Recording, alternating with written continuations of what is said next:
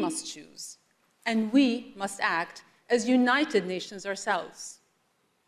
Our progress depends on collective action, on collective ingenuity.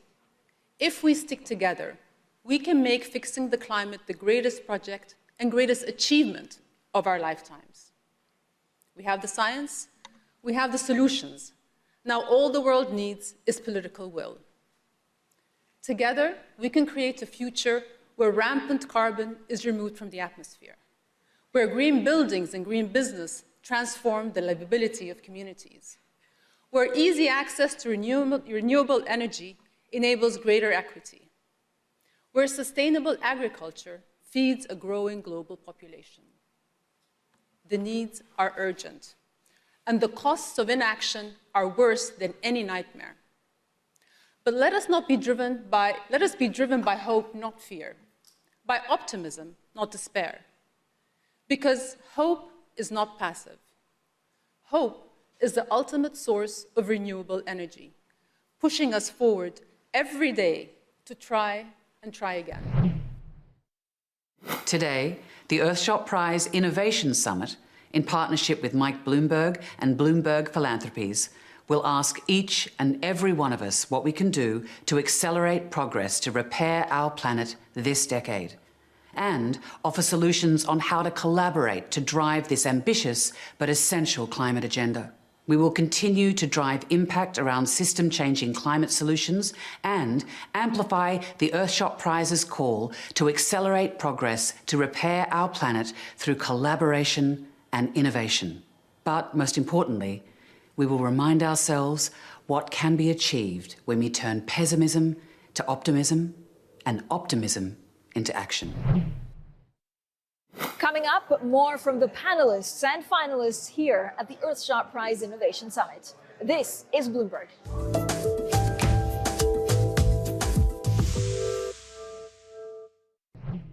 We had a long-standing presence here in Houston for the past, I would say, 20-some years, since the Compact merger. We bought a piece of land, we started building this building.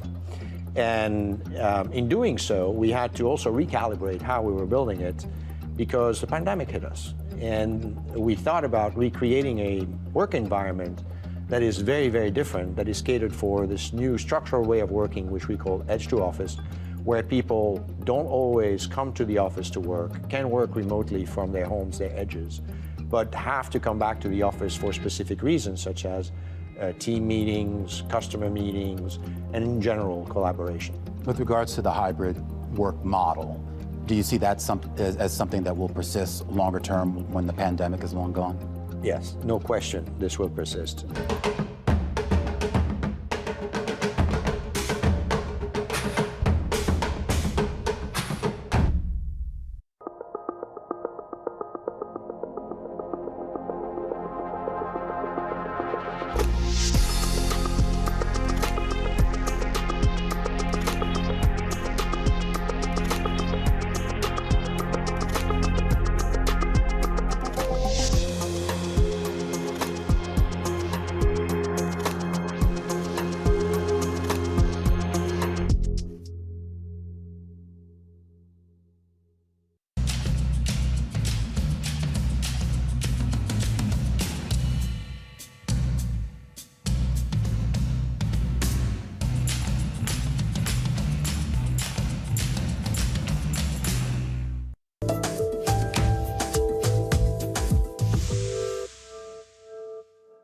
Welcome back to the best of the Earthshot Prize Innovation Summit.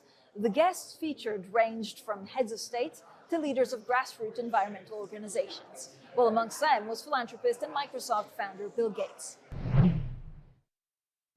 Yeah, it's too bad you can't do things overnight in either mitigation or adaptation. When I last went through Europe, the leaders were all saying, hey, give me technologies so I can tell Putin to get lost.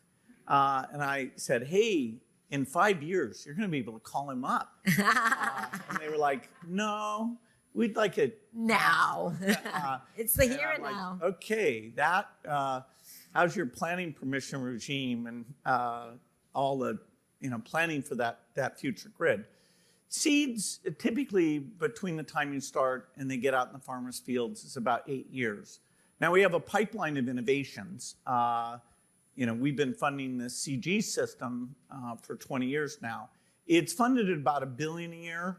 If people care at all about adaptation, that thing will be funded at $2 billion a year. I mean, there won't be anything close to the impact of climate-related seeds, climate-related maize, rice, wheat, sorghum, millet. And thank goodness, because of human genetics, we know how to do the editing. Thank goodness, because of AI, we know how to find the alleles. Because of drones, we can measure stuff in the field. So there's huge advance in terms of how the whole seed ecosystem moves at full speed. The timing is very tricky here. The warming doesn't stop the day you get to zero emissions. There's a leg in this system. It's about a 20-year leg. So you haven't seen that Earth temperature is not equilibrated to the atmospheric CO2 content. So when you get to zero, it's not like 2051, take my air conditioner away. No, it starts quite a bit later. And so you have to look at what the peak is, and you can't just plan for, 2030. 2030 is where your maize production in Central Africa is down 25%. By 2050, it's down 70%. And you will have switched in most of those areas from a fairly heat-sensitive crop to sorghum. Now, sorghum productivity is super low, so we'll get people to do better maize for these next 15 years, and then they are going to have to switch to sorghum. It is tough when you see the floods in Pakistan. I mean, nobody expected that. If the goal of climate was to make us pay attention, wow, that is way beyond expectation. So some adaptation money literally will just be disaster recovery money. The boundary of what's what is also pretty confusing. I mean, what is food aid? If climate's causing some food production loss, is all World Food Program money, is that all climate adaptation money? It's certainly the need for it's going up. That's a system that's about $6.5 billion a year. So relative to the systemic solution, which is the research piece, it's relatively larger, but the demand for that piece, which is the acute, half of Pakistani rice got flushed away, and so you're going to have malnutrition problems if you don't go in for that. That's also a type of adaptation. So I do think, we're going to bring some rigor to this, because the pressure now, the goal of doubling the adaptation money from, they say 20 billion a year to 40 billion a year, the pressure on that is... Which is still peanuts. No, it's very small. I mean, literally, yeah, if you start sticking food aid in there, you can use it up very quickly. Rebuilding after hurricanes. I mean, we had hurricanes before, but the costs there are absolutely gigantic. There are ways of stopping wildfires. There are ways of dealing with sea level rise. So the innovation agenda, not just on seeds, the innovation agenda is going full speed on mitigation. That's where, there's 100 companies, Breakthrough Energy's funded. By mitigation, you mean mostly energy. You mean everything to do with energy. You mean generation of energy. You mean batteries. You mean transport. You mean all of the new, and there's some renewables that are already traditional, but more that need to come out. So that's the package that you're talking about, mitigation? Yeah. Or are you also talking about agriculture as mitigation? Yeah, so every area of emissions, the world tends to focus on passenger cars and electricity. That's not a third of emissions. And so the focus on the easiest third, now 4% of new cars are electric, so that's the field that we're furthest along. About 4% of energy generation is wind and solar. And as you triple the size of your grid, and you want that to be, say, some people would say 100%, other people might say 70 to 80%, the amount you have to build, we're, not within a factor of 5 of the build rate of those. But those are the easy sectors. Cement, clean cement costs over twice as much as the way we make cement today. And it's partly the heating energy, it's partly the basic thing. Remember in chemistry, when you take calcium carbonate and heat it, you get calcium. That's what makes cement. The thing that goes away, that's CO2. And so we have to have a way of making cement, which a number of these innovators... And steel and iron. Yep. There's a whole family of hard-to-abate sectors.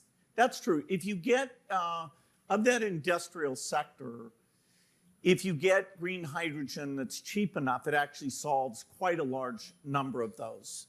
Some of the industrial processes, you go straight to electricity, and some you do your reduction using the hydrogen, where you would have used some hydrocarbon construct before. For steel, we actually have companies doing both. We have electric steel and others doing electricity as the way of replacing the blast furnace. And then we have others that take hydrogen. And if you get the hydrogen cheap enough, you get the super magic thing, which is that the green product doesn't cost more. That's called green premium equals zero. And then your adoption scale is utterly different. If we tried to subsidize steel and cement,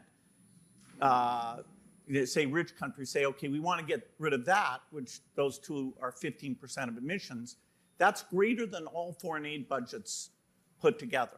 It's over 200 billion. Foreign aid, never will pass that number. It's just not politically possible. It's a number that's at about 170 and going down today. Coming up, more from the panelists and finalists here at the Earthshot Prize Innovation Summit. This is Bloomberg.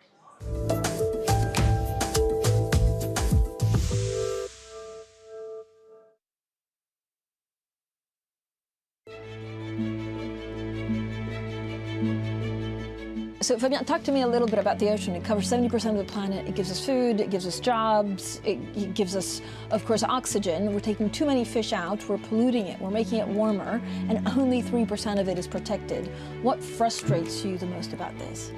The basic frustration is our ignorance about how integral ocean is to not only our well-being, but to our existence. And for far too long, we've been using the ocean as an endless resource in a garbage can. Imagine our planet is a three-dimensional system. The ocean represents 99% of our world's living space, about 3.4 billion cubic kilometers of volume, within which the vast majority of biodiversity lives and thrives. And that's what we're beholden to. That is what makes us possible as a species.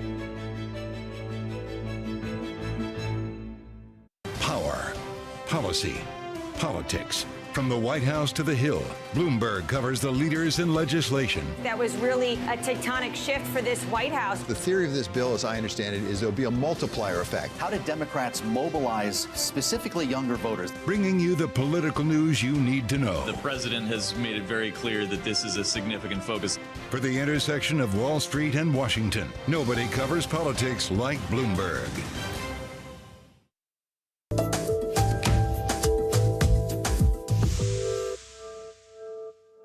Welcome back to the Earthshot Prize Innovation Summit. Finalists of the annual award appeared alongside special guests, including worldwide business leaders, philanthropists, and non-governmental activists. Now, while the 2022 finalists have been announced, our panelists have their eyes on the future, and here's what they had to say. This is the Earthshot decade. We are in a race to repair and regenerate the planet. Some will focus on policy, some will focus on activism. We are focused on supporting the game changers, the innovators, the entrepreneurs and the problem solvers. We believe in the power of human ingenuity, grit and determination to create solutions that, if scaled, could repair the planet. We have only 8% of the ocean protected today, and our Earthshot is, as Patty said, 30 by 30. 30% of the ocean, at least, 30% of the ocean protected by 2030. And we know that if we protect the right 30%, not only we will prevent the extinction of many marine species, but also we will produce more fish. There's going to be, these protected areas are going to produce a spillover that will exceed the foregone catch. So we're going to have more fish to eat. food security, livelihoods for people. And we know that for every dollar that we invest in a protected area, in a marine reserve, that produces $10 in economic output and creates more jobs. So it's a triple win for marine life, for food security, and for climate, and of course, for the economy. So that's the goal, the mission, to, in the next 8 years, and that's where the Earthshot is really, is pretty crazy. In the next 8 years, we need to quadruple all the ocean protection that has ever happened in human history. Are you optimistic that can be done? I am optimistic. There is no choice. I've seen firsthand the potential that a breakthrough idea can hold. And if we start seeing more of these transformative solutions across all the challenges facing our planet, then suddenly our Earthshot won't seem so improbable. The work will be difficult. It'll take extraordinary resources, determination, partnership. But we've got all the essentials right here in this room. So what is the challenge? It's the speed, scale, and cost of making these green hydrogen generators. Well, that's exactly what we are working on. Because to make green hydrogen the fuel source of the future, it needs to be cheaper than fossil fuels. And that means electrolyzers are going to need to be really, really cheap. If you want to take a solution around the globe as quickly as possible, you need to make it a standardized, mass-produced commodity. A product that is easy to make and quick to build, and cheap as well. And so, while some believe electrolyzers need to be large machines, we believe the electrolyzer should be a standardized, mass-producible product that can make green hydrogen anywhere for anyone. In 2030, we imagine millions and millions of projects on Restore, and not just places on Earth where we see nature being brought back, but all of the other nodes that are key to ensuring success. So the technology providers, the nurseries, the seed banks, the funders, the government incentive programs, so that we have an ecosystem that really allows us to leverage the many, many connections within the nature-based solution space. And in 2030, we have been focused on another key area, which is cities. And cities require data and insights to take action on climate and to preserve nature, to create more nature and tree canopy. So we've set a goal that we want to create more nature in cities. In cities, exactly. Exactly right. So we've been partnering with cities like Los Angeles to give them insights utilizing AI and geomapping on where are all the places that you can create more tree canopy, which reduces urban heat islands, improves air quality, sequesters carbon. So we want to bring data and solutions to bringing nature into cities, as well as, of course, preserving and restoring nature. And so one of the goals that we've set is we want to enable over 500 cities around the world. I know we're going to hear from the mayor of Paris after this, to reduce a gigaton of carbon emissions by 2030. And so that's through data, tools, insights, whether that's evolving transportation systems or planting new tree canopy. So that's a big, bold target that we want to see achieved by 2030. Anyway, I guess I'm in the wrong place. I came here to invite all of you to the Grouch Convention.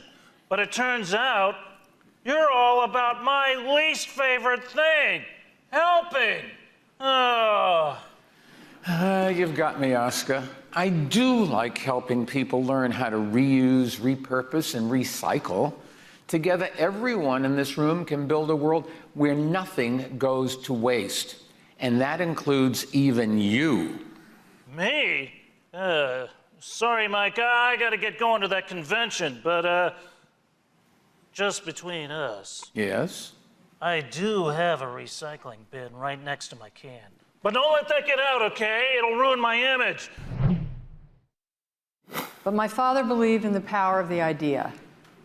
And over time, the vision, the purpose, the courage it embodied has inspired each generation to take on its own challenges.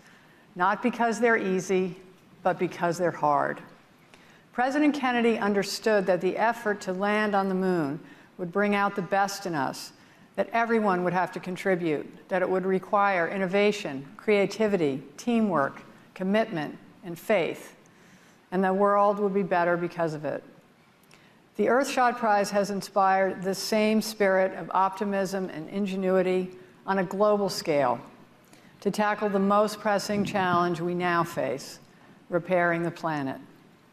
My family and I are so excited that the Prince of Wales will honor this year's Earthshot Prize winners in partnership with the John F. Kennedy Library in Boston, a city that is committed to scientific excellence, environmental justice, and the fight against climate change. We're proud that President